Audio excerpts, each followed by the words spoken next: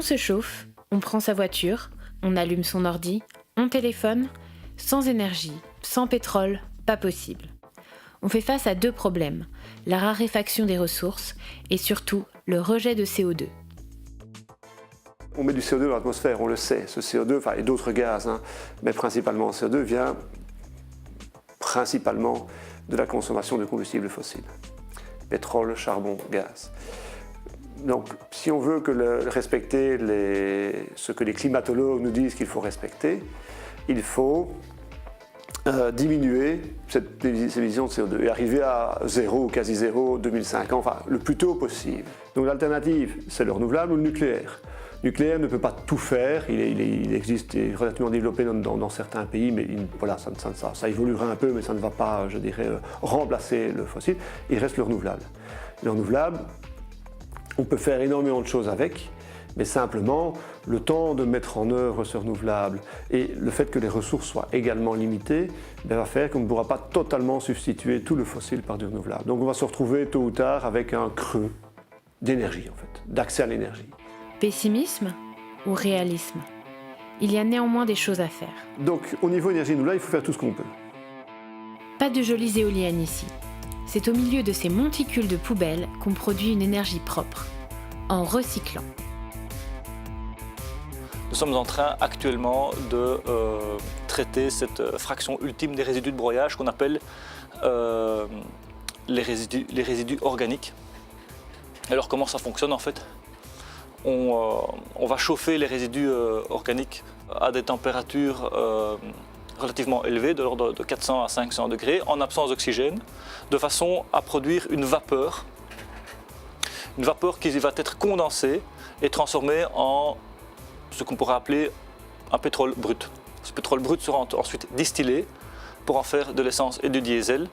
Essence et diesel qui seront brûlés dans des moteurs de cogénération pour produire de la chaleur et de l'électricité qui seront réutilisés par le procédé pour traiter la matière fraîche qu'on va y apporter. Tout à la fin, on va récupérer une fraction cendreuse avec laquelle on ne sait rien faire et celle-là, on va devoir l'envoyer en décharge. On peut dire qu'on réduit à rien les déchets qu'on mettait dans le passé en décharge. C'est le grand avantage du procédé au niveau environnemental. Point de vue recyclage, c'est intéressant. On réduit et on valorise des déchets qui étaient enfouis en décharge et polluaient des hectares de terrain. Pour la problématique du CO2, la biomasse nous donne une belle solution.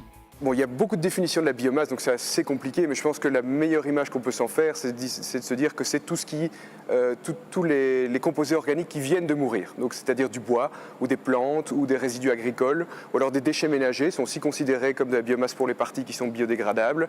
Le CO2 qui va être émis pendant la combustion de la biomasse va être, à nouveau si les conditions du développement durable sont bien installées, va être recapté par la biomasse suivante qui va pousser.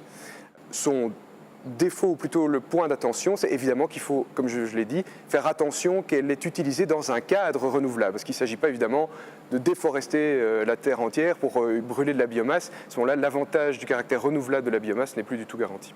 Au départ, la problématique de l'énergie, très clairement, m'intéressait. Je pense que c'est un sujet essentiel parce qu'on va toujours avoir besoin de consommer et donc de produire de l'énergie. La biomasse, je trouvais, mais je l'ai déjà dit, une belle énergie dans le sens où c'est une extrapolation pas trop compliquée par rapport aux énergies existantes, qui sont bien connues, bien maîtrisées, et qui a ce grand avantage d'être stockable et transportable. Évidemment, je pense que ce n'est pas la panacée. Donc évidemment, dans le développement durable et dans la production d'énergie, il faudra arriver à maîtriser un mixte d'énergie qui sont l'énergie éolienne, l'énergie des marées, l'énergie du soleil et la biomasse en fait partie, je pense. Je pense que le développement durable, je ne vois pas comment on pourrait dire maintenant que ce n'est pas important, ça c'est certain. Maintenant après, c'est là que s'ouvre le débat évidemment. Une fois qu'on a posé que le développement durable était important, le débat c'est de savoir comment est-ce qu'on applique le développement durable, avec des contraintes matérielles, quelles sont les technologies disponibles pour le faire. Et c'est là évidemment que l'ingénieur intervient, parce qu'il faut passer du concept de développement durable à une application très concrète, en tenant compte à la fois des enjeux sociétaux, mais aussi de la législation, savoir quelles sont les contraintes, et évidemment dans l'industrie, d'une certaine rentabilité dont on peut se passer. Les ingénieurs vont arranger ça, on va le combler ce creux d'énergie. Pas si sûr en fait.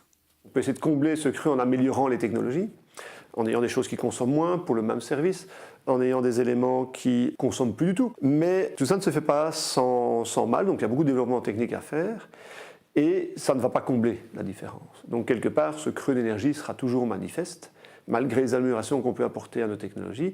Et donc, à un moment donné, il faudra discuter avec des sociologues, des économistes, des psychologues, des philosophes, pour se dire, mais oui, mais dans un monde avec moins d'énergie, on fait comment? Alors, pourquoi c'est important? Simplement parce que l'économie et l'énergie sont très liées. Donc, toute activité humaine, toute activité économique nécessite de l'énergie. Il faut quelque part repenser la façon dont on fonctionne dans nos sociétés. On va pas s'en sortir si facilement. Il y aura du boulot pour tout le monde. Et